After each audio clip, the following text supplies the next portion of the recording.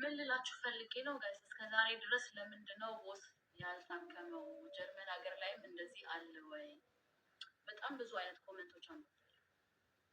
እንደዛ ላላችሁት እዚህ ሀገር ጀርመን ሀገር ላይ እየኖራችሁ መንግስት እየረዳችሁ እየሰራችሁ ምንም ይሁን ብቻ ክራንከን ፐርሲሸሩ አውካ የሚባል ነገር አለ። ልትገባ ነው መታከም አይቻለው። ብዙ ሰው ከሌላ ሀገር እየመጣ ሊታከም የለ ወይ? ሕክምና በነፃ አይደለ ወይ? በጣም ብዙ ነገር ብላችኋል። ቦስ ያልታከመበት ምክንያት እዛ ዝሆኔ ቤት ሲኖር እሷ አብረን እንሰራለን ብለው ንግድ ፍቃድ አውጥተዋል። ዩቱብ አብረን እንሰራለን ብለው ንግድ ፍቃድ በሁለቱም ስም እንዲያወጣ አረገች። እሷ ማለት ነው። ከሚሰራበት ቦታ ላይ የጉልበት ስራ ምን ይሰራልሃል? ከኔ ጋር ብትሆን እኮ አብረኸኝ ብትሰራ በጣም በአንዴ ሀብታም ትሆናለህ። አብረኸኝ ስራ። እንዳንተ አይነት መልክ፣ እንዳንተ አይነት አቋም ለቲክቶክ ለዩቱብ በጣም ጠቃሚ ነው፣ በጣም አሪፍ ነው ብላ ሆዴን ያው እንዴት እንደተዋወቁ ሰምታችኋል።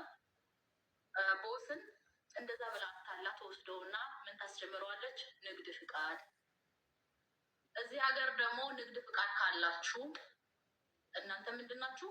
የራሳችሁ ነገር ሁሉንም ነገር እራሳችሁ ትችላላችሁ ማለት ነው። ስለዚህ የዚህ ሀገር መንግስት ከምን ያወጣችኋል? ከሲስተም ያወጣችኋል። ከሲስተም ስላችሁ ፓስፖርት አላችሁ፣ ግን ይሄ የሕክምናችሁን መክፈል ያቆማል ማለት ነው። የራሳችሁ ስራ ሲኖራችሁ የሕክምናችሁን መክፈል ያቆምና ራሳችሁ ናችሁ የምትከፍሉት፣ ያ በራሳችሁ ማለት ነው። ከዛ ይሄ ልጅ ሰራ 2 ወር ነው በትክክል አብረው እዛ ቤት የኖሩት። እኛ እንግዲህ የምንሰማው እኮ እኔ እኮ የ5 ዓመት ባለትዳር አብረው የኖረ ትዳር መስርቶ አብረው የኖረ ሰው እንኳን እኮ እንደዚህ ሲንጨረጨር አይቻልም። 5 ዓመት እንኳን እኮ ባል አግብታችሁ ኖራችሁ እኮ ሲለያይ በቃ ሂድ ትላላችሁ እንዴ? ኦኬ አለ ሲለያይ ሂድ ትላላችሁ። እኛ እኮ እናንተ አሁን አልመረራችሁ? 2 ወር ብቻ አብረው የቆዩ ይመስላሉ እንዴ? እሷ እኮ ያስመሰለችው እኮ የ6 ዓመት ባሏ እኮ ነው የሚመስለው። የ6 ዓመት ባሏን እኔ ጓደኛዋ እኔ ቤስት ፍሬንዷ ሆኜ ምን ልላችሁ ፈልጌ ነው ጋይስ፣ እስከዛሬ ድረስ ለምንድን ይደረጋል? እስቲ ፍረዱኝ። ትንሽ እንሳቅባት እስኪ። አይደለም እኮ አንዴ እስቲ አዳምጥ። ምንድን ነው መሰለህ ሲጀምር የሰው ልጅ እንደፈለገ ይኖር፣ ድሃም ሆንክ ሀብታምም ሆንክ ምንም ኖረ ምንም ሁን ያኑሩ ላንተ እንጂ እዚህ ጋር ለተቀመጠው ሰው ምንም የሚፈይድለት ፋይዳ የለም። ኤግዛክትሊ። አዎ፣ ግን ስለ ሰው ስትናገሪ ይሄ አለኝ ብዬ ቤቴን ባሳያችሁ፣ ኪችኔን ባሳያችሁ፣ አልጋዬን ባሳያችሁ፣ ምንም ባሳያችሁ ለእናንተ ምን ይጠቅማችኋል? ምንም ይጠቅመው ነገር የለም። ስለዚህ ድሃ ነሽ ካለችኝ አክሰፕት አደርገዋለሁ። ያ ድሃ ነኝ እኔ ሀብታም ነኝ አልልም፣ አይደለሁም። አዎ ተይው ያወራ እያሉሽ ነው። እና ከአዲስ አበባ አውራሽ አልጋ ልብስ እያልክ አውራ።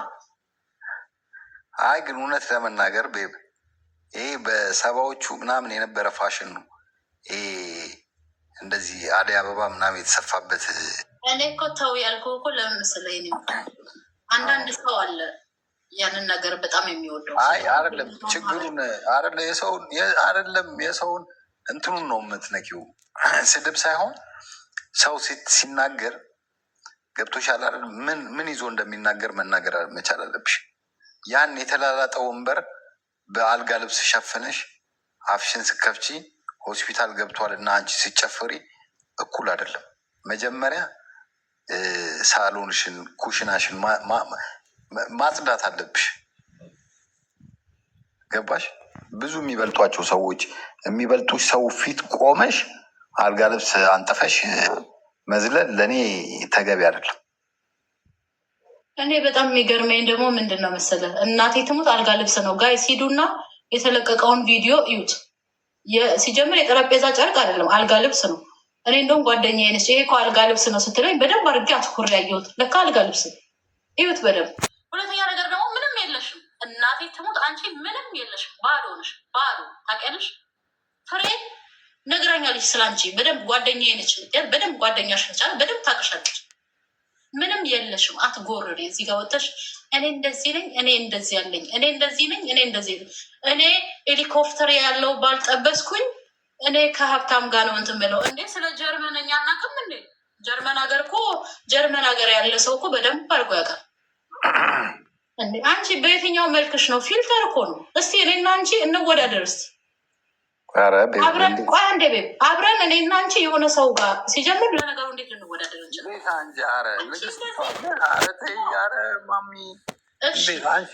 አንቺ ግን እኔ ከእነንትና ጋር ላወዳደርሽ እያልኩ ከአለም ቆንጆቹ ጋር ከእነሱ ጋር ላወዳደርሽ እያልኩ ከዚች ከማትረባ ባዶ ቀፎ ጋር ትወዳደራለሽ ነው። በምንም ይሁን ነው የምልህ። እሷ ምንድን ነው የምትለው? እንዴት ነው እሷ ቆንጆ ምን አለች ደግሞ ስለ ሄሊኮፕተሩ?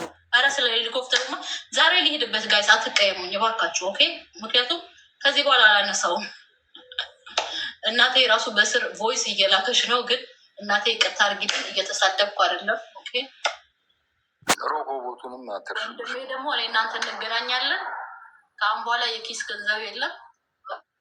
አይ ተይ ተይ፣ እሱም በውስጥ አውሪ